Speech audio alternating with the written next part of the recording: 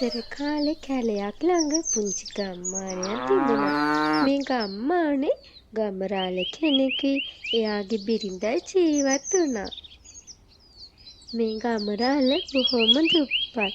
ඒ වුණාට ඡාම් ගති පැවතුම් ඇති මේ ගමරාල තමාගේම හේන වැඩ කටයුතු කරමින් සතුටින් ජීවත් වුණා.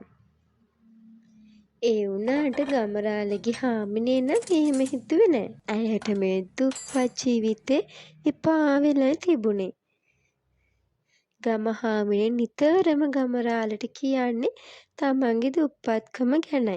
අනේ අපේ මහත්තයෝ අපි හරීම දුප්පත්. මට නම් මෙහෙම ඉඳලා දැන් එපා වෙලා තියෙන්නේ. හේනේ අස්වෙන්නත් හොඳටම අඩි. වෙන මොනවා හරි කළොත් හොඳ නැද්ද? මේ හාමිනේ මට ඉතින් මේ ගොවිතැනනේ හුරු හේන කොටලනේ මං ජීවත් වෙන්නේ. හේනේ වැඩවලට ගියාට අපේ මහත්තයෝ කිසිම සරුවක් නැනේ. අස්වැන්නත් හොඳටම අඩි. කොහොමද මෙහෙම ජීවත් වෙන්නේ? ඔන්න ඉතින් ගමරාල උදේම යනවා හේනට.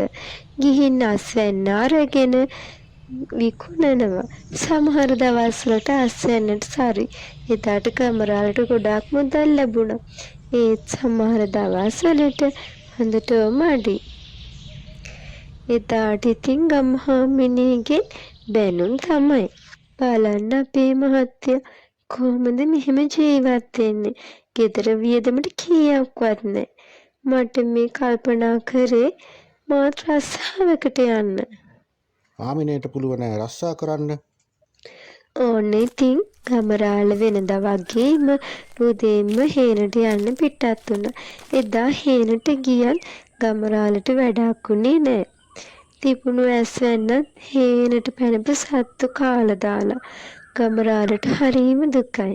අනේ මුළු හේනම සත්තු විනාශ කරලා නේද? ඉතින් ඔහොම ගමරාල දුකින් ඉන්නකොට එකපාරටම අමුතු දෙයක් වුණා. ගමරාලගේ පැත්තෙන් සුදුම සුදු ලස්සන හාවෙක් ආවා. ගමරාල පුදුමයෙන් හාව දිහා බලාගෙන හිටියා. මේ ලස්සන හාවෙක් නේද මගේ දිහාට එන්නේ? කිසිම බයක් නැතුව මේ හාව මගේ ළඟටම එනවනේ. ගමරාල ඔබ ගොඩක් දුප්පත් බව පේනවා. ඔබට මං උදව් කරන්නම්. ඔබ එන්න මගේ පිටිපස්සේ. මෙහෙම කියපු හාවා කැලේ ඇතුළට යන්න ගත්තා. ගමරාලත් හාව සමගම කැලේ ඇතුළටම ගියා. හාව නතර වුණේ කැලේ මැද. වැවිලා තිබුණු කොමඩු වැලක් ළඟයි. මේ වැලේ විශාල කොමඩු ගෙඩි දෙකක් තිබුණා. ගමරාල ඔබ මේක හොඳට මතක තබා ගන්න. ඔබ හැමදාම මෙතෙන්ට ඇවිල්ලා කොමඩු ගෙඩි දෙකක් කඩාගෙන ගිහිල්ලා විකුණ ගන්න. මේ කොමඩු හරිම රසයි, රන්වන් පාටයි. ඕනි කෙනෙක් මේ කොමඩු දැක්ක ගමන් ගන්නවා. හැබැයි ඔබ හොඳට මතක තබා ගන්න ඕනි. ඔබ දවසකට අරගෙන යන්න පුළුවන් කොමඩු ගෙඩි දෙකයි. ඒක ඔබේ සිහියේ තබා ගන්න. ඉතින් ගමරාල කොමඩු වැලෙන් ගෙඩි දෙකක් කඩාගෙන ගෙදර යන්න පිටත් වුණා. කොමඩු ගෙඩි දෙකක් විතරක් ගෙනාවා කියලා ගම හාමිනේගෙන් අද නම් බැනුම් අහන්න වෙනවා කියලා ගමරාල හිතාගත්තා. අනේ ගමරාල කොමඩු විකුණලා කොහොමද ජීවත් වෙන්නේ? ඇත්තටම ඔහෙට මොලයක් නැද්ද? මෙන්න මෙහි ගන්න ඕක කන්නවත්. මෙහෙම කියපු හාමිනේ කොමඩු ගෙඩිය කැපුවා. කොමඩු ගෙඩිය ඇතුළ බලපු දෙන්නටම පුදුම හිතුණා. කොමඩු ගෙඩිය ඇතුළ රන්වන් පාටයි. ඒ වගේම පුදුම රසක්. හාමිනේ පුදුම රසක් නේද මේ කොමඩු වල තියෙන්නේ? ගමරාල තමන්ට මේ කොමඩු ලැබුණ විදිය ගම හාමිනේට කිව්වා. දෙන්නම ගොඩාක් පුදුම වුණා. ඉතින් මේ විදිහට ගමරාල කොමඩු විකුණලා සතුටින් ජීවත් වුණා. මේ රන් කොමඩු කන්න ඒ වගේම මිනිස්සු ගොඩාක් කැමති වුණා. ගම හාමිනේට නම් මේ තවත් මදි. ගෙඩි දෙකක් විකුණනවා වෙනුවට දවසට ගෙඩි 10ක් විකුණන තිබුණා නම් හොඳයි කියලයි ගම හාමිනේට හිතුනේ. මෙහෙම කල්පනා කරපු ගම හාමිනේ දවසක් ගමරාල පස්සෙන් ගිහින් කොමඩු වැල තියෙන තැන බලාගත්තා. එහෙම කරලා ගම හාමිනේ ගමරාල නගරයට යන එකම ඉඳලා කොමඩු වැල ගලවගෙන ගෙදර ගෙනාවා. මේ කොමඩු වැල වත්තේ හිටවලා හොඳට පෝර වතුර දැම්මම හොඳට හැදෙයි. ගෙඩි එතකොට මට ගොඩාක් සල්ලි හොයන්න පුළුවන්.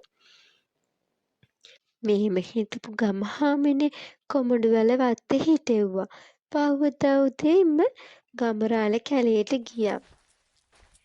කොමඩු කඩන්න ඒත් කොමඩු වැල නෑ. ගමරාලට හරිම දුකයි. ගමරාල ඉක්මනටම ගෙදර දුව්වා ගමහාමිනේට මේක කියන්න. හාමිනේ මහර නොස්පැත්තු වෙන්න වෙලා තියෙන්නේ. මොකද අපේ මහත්තයා මේ කලබලෙන්? කොමඩු වැල නෑ හාමිනේ. මම අද උදේ ගිහින් බලද්දි කොමඩු වැල කවුරු හරි ගලවගෙන ගිහිල්ලා. මාර වැඩක් වෙලා තියෙන්නේ. අනේ අපේ මහත්තයෝ මං ඒක ගලවගෙන ඇවිත් හිටෙව්වා. අපේ වත්තේ එන්නකො පෙන්නන්න. පෝර ටිකක් දාලා ගත්තාම ගෙඩි ගොඩ හැදේ. මොන විනාශයක්ද අපේ හාමිනේ මේ කළේ? යම් බලන්න යා. දෙන්නම වත්ත පාරට ගියා. කොමඩු වැල බලන්න. අනේ කොමඩු වැල මැරිලා. ගෙඩි ඔක්කොම වේරිලා. දෙවියනේ කොමඩු වැර මැරිලා නේද? මොකද්ද හාමිනේ මේ කරපු විනාශේ? ගමහාමිනේ තේරුණා තමන් කළ මෝඩ වැඩක තරම. හාමිනේ පේනව නේද? හාමිනේ දුරදිග නොබල කරපු වැඩේ බරපතලකම. හාමිනේගේ මේ මෝඩකම හින්දා බලන්න අපිට වෙච්ච විනාශය. දැන් අපිට කොමඩු වෙලත් නැති වුණා. දැන් අපි කොහොමද ජීවත් වෙන්නේ? අපිට වෙච්ච දේ පේනව නේද? ඉතින් එදා ඉඳන් ගමරාල ආයිමත් හේන්නේ ගොවිතැන් කරගෙන ජීවත් වුණා. ගමහාමිනේ තමන්ගේ වැරදි හදාගෙන ගමරාලට උදව් කරමින් සතුටින් හිටියා.